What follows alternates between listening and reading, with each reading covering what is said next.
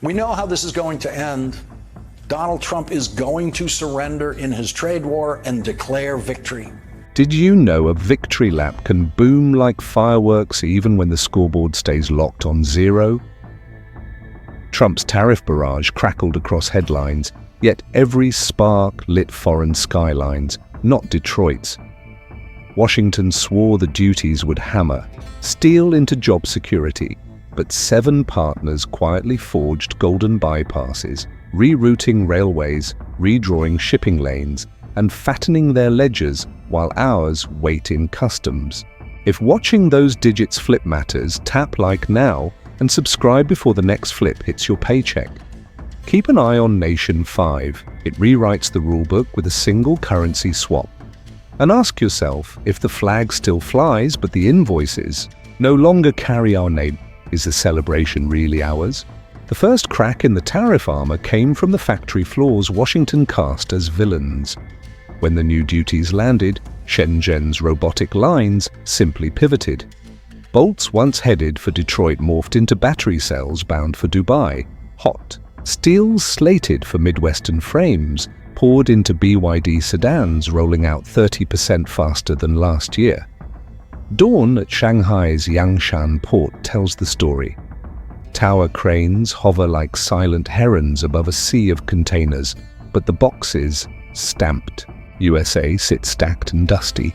Across the yard, bright units marked LATAM RV Priority glide straight onto mega carriers, engines humming from their own lithium charge so they can roll off ready-powered in Valparaiso. Dock chiefs joke the trade war turned their schedule into musical chairs. America never hears the music. While US soybean growers watched futures sink, China stitched grain deals with Brazil and Kazakhstan, filling silos once reserved for Iowa harvests. The twist? Beijing paid for its new suppliers with the very tariff cash collected at customs, a rebate for everyone but the United States. And it doesn't stop at the docks.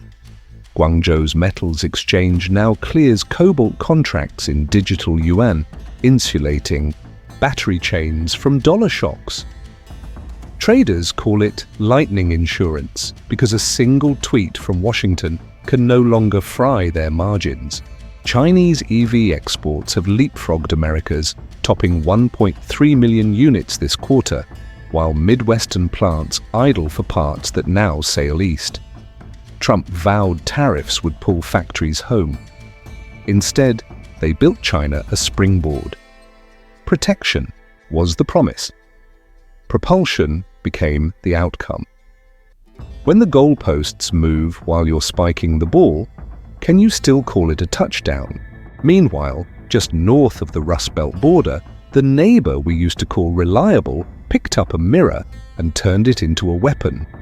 Ottawa's response looked polite on paper, matching Trump's 25% tariff line for line, but the fine print bit harder. Duties land on $29.8 billion in US machinery, ketchup, and even Ohio-made drywall.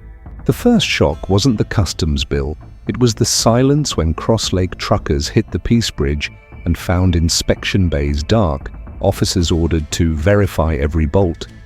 18-wheelers idled so long that exhaust condensed into frost on July chrome. Far worse, hid in the wires. 2 weeks after tariffs clicked in, Hydro-Quebec executives met in a blackout drill room lit only by laptop glow. They modeled a reciprocal reliability fee on surplus power flowing south, $5 per exported megawatt hour. To Wisconsin factories and 1.5 million Midwestern homes, that number isn't abstract. It's the difference between night shift lights and a forced shutdown at 4 a.m. While Washington boasted of energy independence, spreadsheets in Montreal priced out a switch that could spike Great Lakes electricity by 18% overnight. On the ground, Windsor tool and die crews once booked months of US overflow work. Now, order books fill with German EV chassis assembled under Canadian tariffs that funnel revenue straight into provincial retraining grants. The contradiction is stark. Tariffs meant to rescue American labor just financed its northern competitor. The final twist? Canadian diplomats didn't hold a news conference.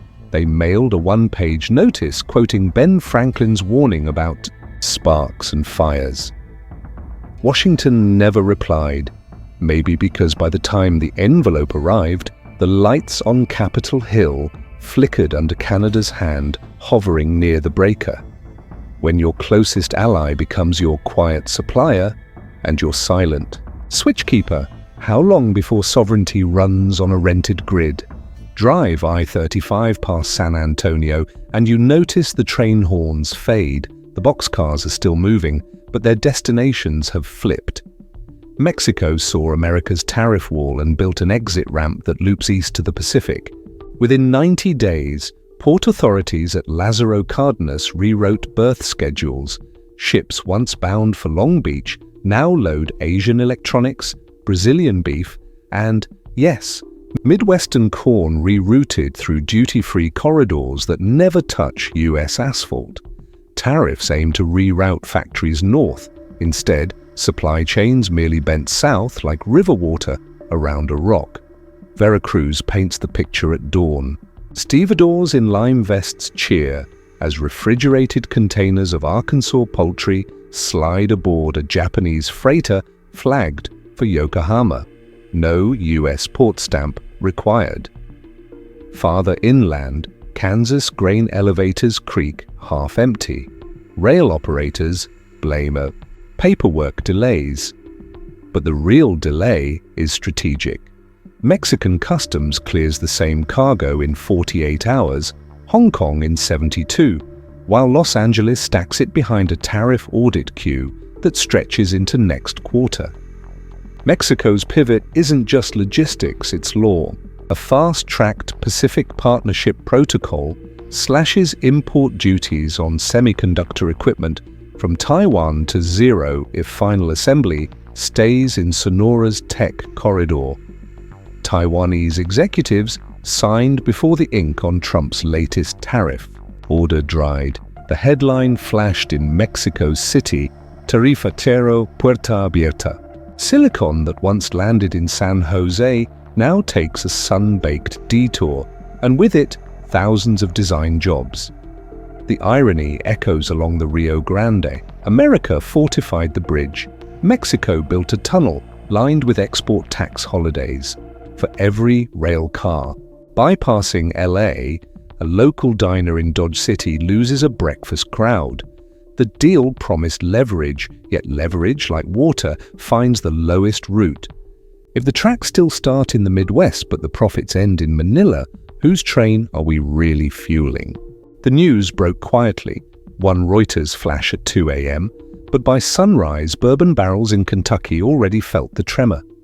Brussels had approved a targeted symmetry package, a 25% tariff on $21 billion in US goods, timed to detonate.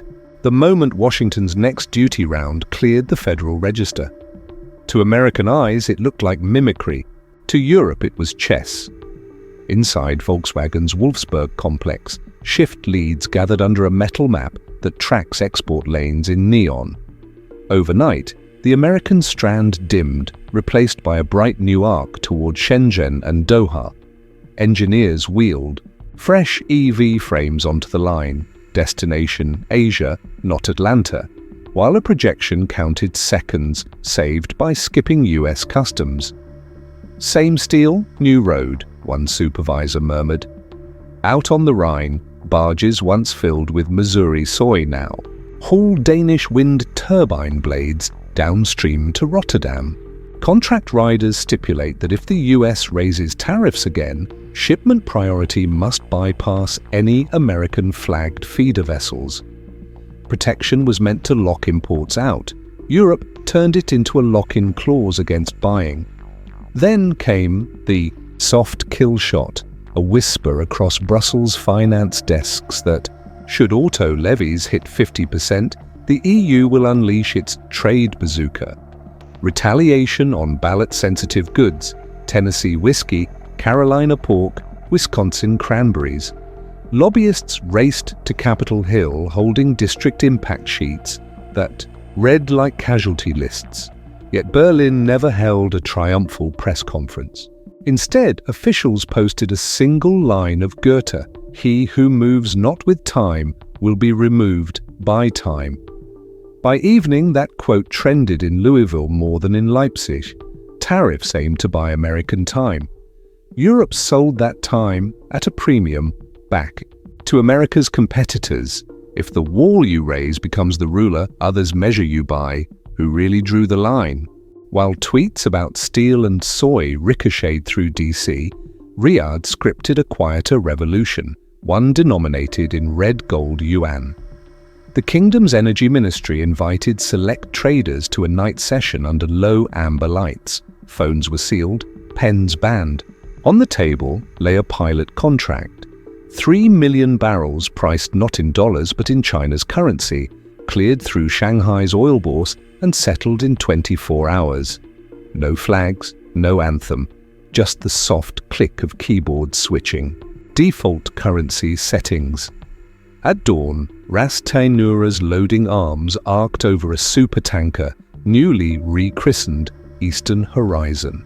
The manifest listed payment terms in CNY, a detail lost on most deckhands, but not on the risk managers back in Houston, clutching decades-old petrodollar models. For half a century, oil invoices acted as invisible rails keeping global trade in US dollars. Saudi Arabia just laid a parallel track. Domestic optics were immaculate. State TV framed the move as market diversification, but insiders called it Phase 1 of price freedom. By tethering a slice of crude to yuan, Riyadh gained leverage over both Washington's sanctions lever and Beijing's refinery margins. If tariffs squeeze Chinese exports, cheaper oil in yuan cushions the blow, funded, paradoxically, by the same tariff revenue Beijing collects at American ports. Wall Street woke to a ripple in overnight funding rates. Demand for short-term dollars dipped as Asian banks tested settlement in CNY. It wasn't panic, more the hush before a storm front, but currency desks felt the barometer drop. One strategist whispered, "The petrodollar just caught its first real headwind." Trump cheered headline oil prices ticking down a fraction, calling it proof his pressure worked. Yet the real gauge, the currency column, had shifted one letter over. When victory is scored in dollars but the game clock resets in yuan, can the trophy still read "Made in USA"? By midsummer in Gujarat, the air tastes like molten iron. Scrap once shipped from Cincinnati now clangs into arc furnaces outside Ahmedabad, destined for Southeast Asian re-exports instead of Detroit. India's Retaliation arrived as a courteous 9-page filing at the WTO, duties on American walnuts, apple pulp, even Harley parts, but its real force hides in procurement codes. New rail projects must source non-tariffed steel, and the only suppliers exempt are domestic mills or ASEAN partners with zero US content. The pivot is visual at Mundra Port. Dockhands guide inbound coils from Vietnam, while forklifts quietly divert US beams to a secondary inspection yard that never seems to empty. Customs officials shrug. Tariffs require risk review. Across the yard, Indian solar modules, assembled under a carbon-neutral incentive, stack high for Houston buyers, waved through at lightning speed because they carry no American parts to tax. Commerce ministers in New Delhi repeat the mantra of strategic autonomy, yet their spreadsheets tell a grittier story. Every percentage point added to US tariffs triggers a counter-credit toward India's green energy fund. Washington hoped duties would corral supply chains. India turned them into coupons for self-reliance.